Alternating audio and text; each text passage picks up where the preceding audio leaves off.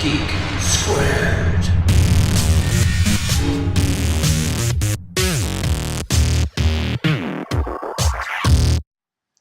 What is up, Geek Squad? Do you like how your fingers right now look? Yeah, get off my fingers. Look exactly like what it is.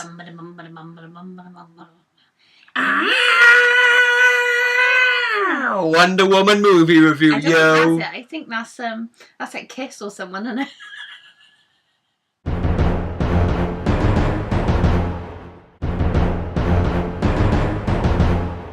I think it is Led Zeppelin. I'm always right. Kiss! Crazy, crazy nights! We went to see Wonder Woman Where? whilst in New York. New Yike We City. went to, I think it was called RPX. That was the type of film. That was not the cinema. It was Regal Cinema. No. In Times Square. Well, we went the On other the theatre side. district. Oh, God. See, again, little spurts of information. She's drip feeding it to you in a very aggressive New York fashion. We'll get there eventually. Wonder Woman. District. Gal Theatre. Gadot. I don't know how you say her name. I think it's right, but it's been very random right now. You're going to do an entire movie review in words. Yoda style. Bracelets. Awesome. Oh my God. It was bloody awesome. America does cinema as well, yo. Massive place. Are we talking about the cinema as well? Oh, I'm just literally going to go into the films. So we saw, what was it? Is RPX? Here. We have to pay, here in the undergrowth of South Wales, we have to pay Just nuts. £10 each more or less to go to cinema. But then I didn't mind paying a bit more in New York. I think it was like $22 each because of the type of cinema it was. But then the drink was super cheap and refillable and giant for a medium. It was. Can I have a medium, please? Yes, thank you. It was like a bucket. It was unbelievable. How the hell would you refill that? I don't know. And they had Refill all the your bladder. flavours. We had like cherry, Fanta. I think. All right. Anyway. This is a movie And we review had of. Raisinets. Oh. This is a movie review of Wonder Woman. Big DC fans. We haven't read that much of Wonder Woman. No. But again, this is great. This is a great way to get into Wonder Woman. If there's a new series coming out, you might pick it up now. Yeah. If Yeah.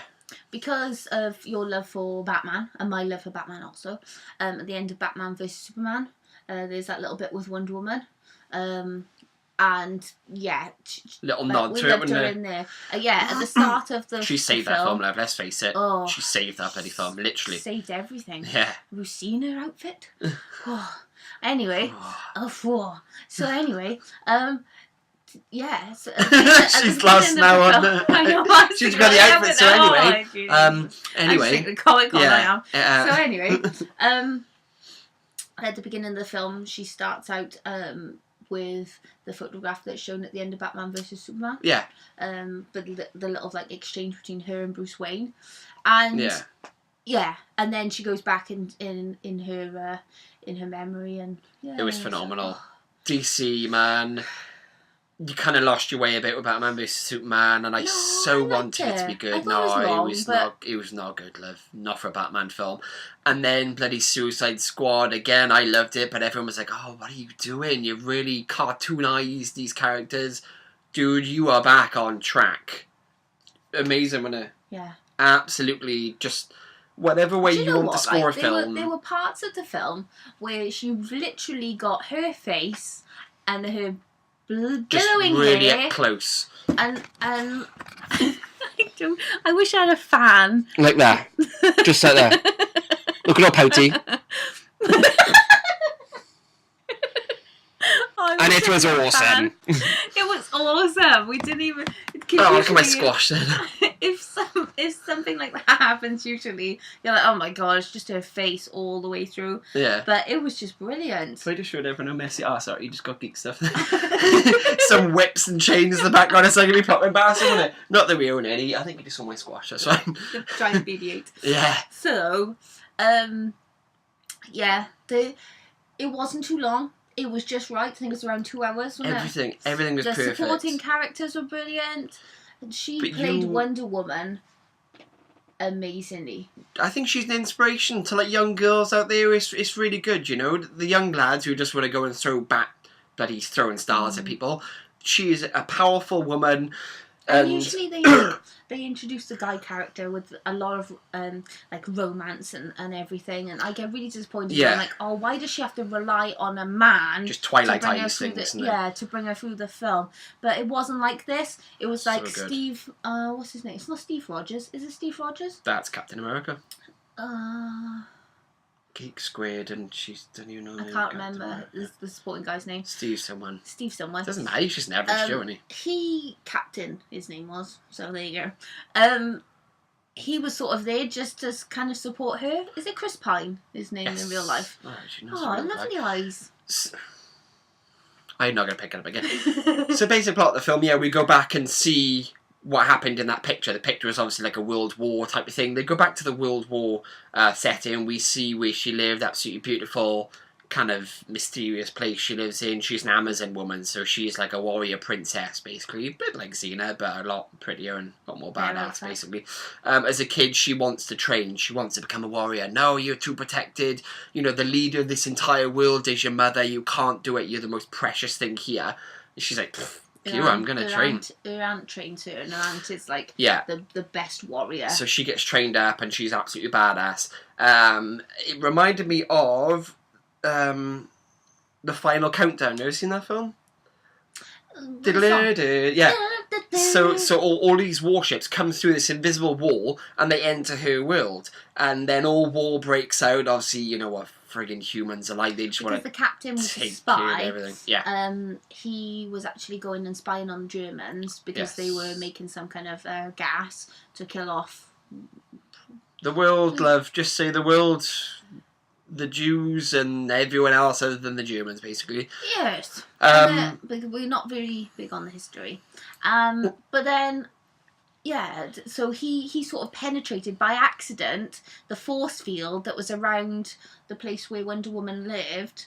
What are you thinking dirty then? You were thinking dirty. You probably did penetrate her at some stage. I think it's implied. It's implied. No, they did. They implied penetration. It was so. He kind of penetrated her force field, the force field, and then... Tina, get out the gutter! You're telling yourself off, it's brilliant. Focus! Oh, come on, we're already 7 minutes into this. You're just dragging this out, that's it! Germans come through the I just said all of that! And they invade her. And that's... Just like we got... They invade her, do they? Or her country? Just stop it! My God, I just said all the plot, and she's just going over the plot with sexual puns. What has that added to this review? Invenetrating her. Invenetrating? Oh, I'm knackered. It was good. So then she goes with them to try and stop the war, basically. She goes with Captain. Oh, right, I just said. Not them. Oh. So, then she's kind of how... she's like a saviour. She comes along and basically sorts. She can do what all of these men with guns and army training can't do, basically, and she's the only person she can look after herself.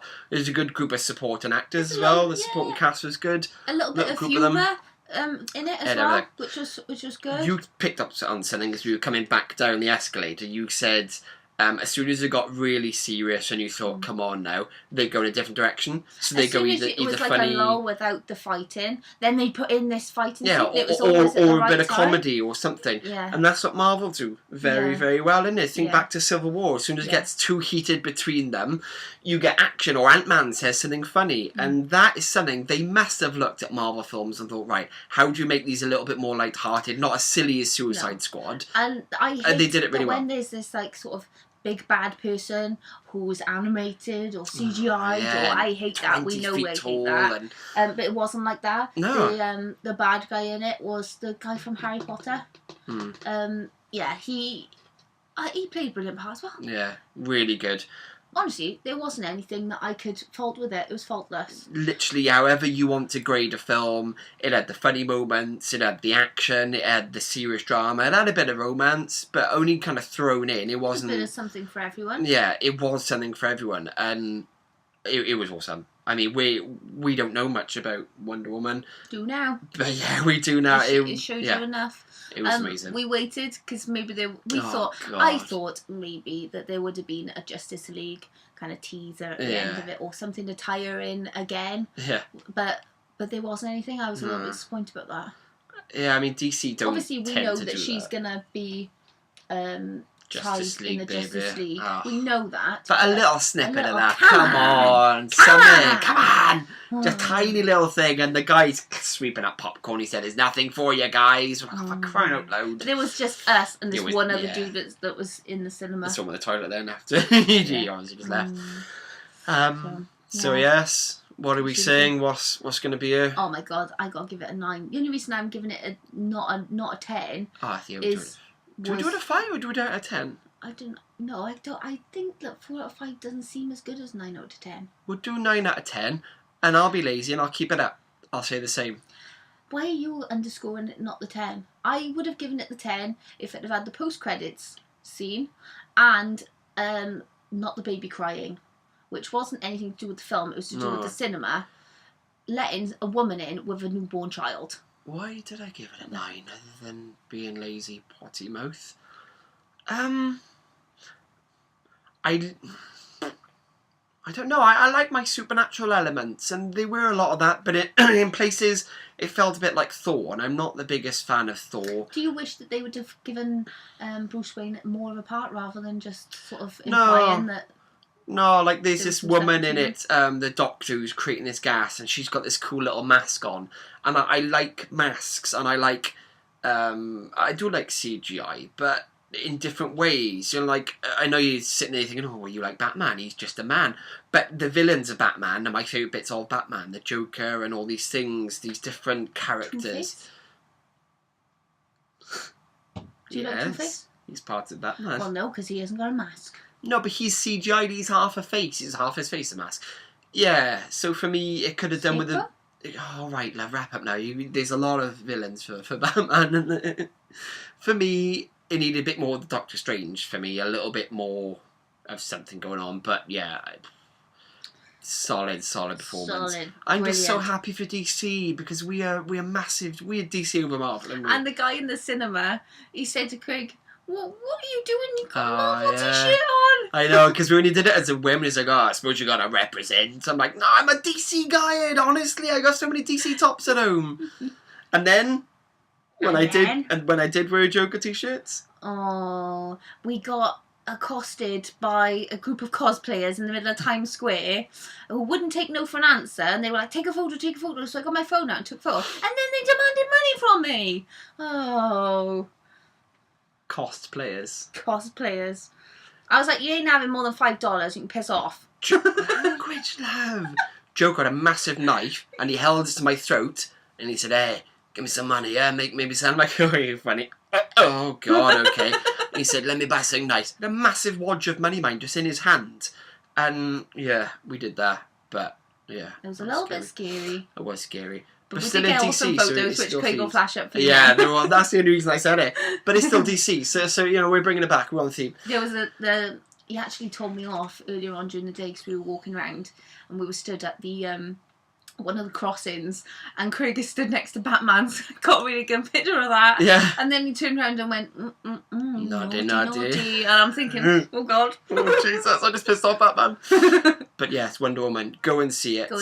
If you're a fan of Wonder Woman, you might sit there and go, you ruined it for me. If you don't like paying for the cinema like me, then wait for it to come out on DVD.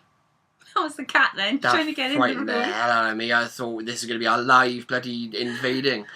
The cat wants to come in, so we're going to wrap up now. She knows we've been waffling on. Yeah, so if you like Wonder Woman, give it a try and see. Go get her so we can show the audience. Yeah, go on. I'll. She's literally trying to get in. If you like Wonder Woman, why? Go and watch it basically, because then you might enjoy it based on the comics. If you've never known anything about Wonder Woman like me and Tina, then go and watch it, and you might enjoy it. Oh, it's Millie. Oh, she's shy. Hold her up, Lion King style. We're right up to the. This is Millie. She's our unofficial mascot. Oh my God, she's drooling everywhere.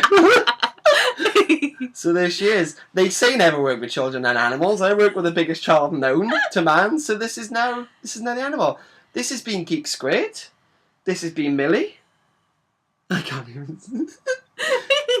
She's purring like crazy. Yeah, we will see you next time. Thank you so much for watching. Put it down. And oh god. We got it. And yeah, thank you. Go and see Wonder Woman. And we'll see you next time. Bye bye, Geek Squid.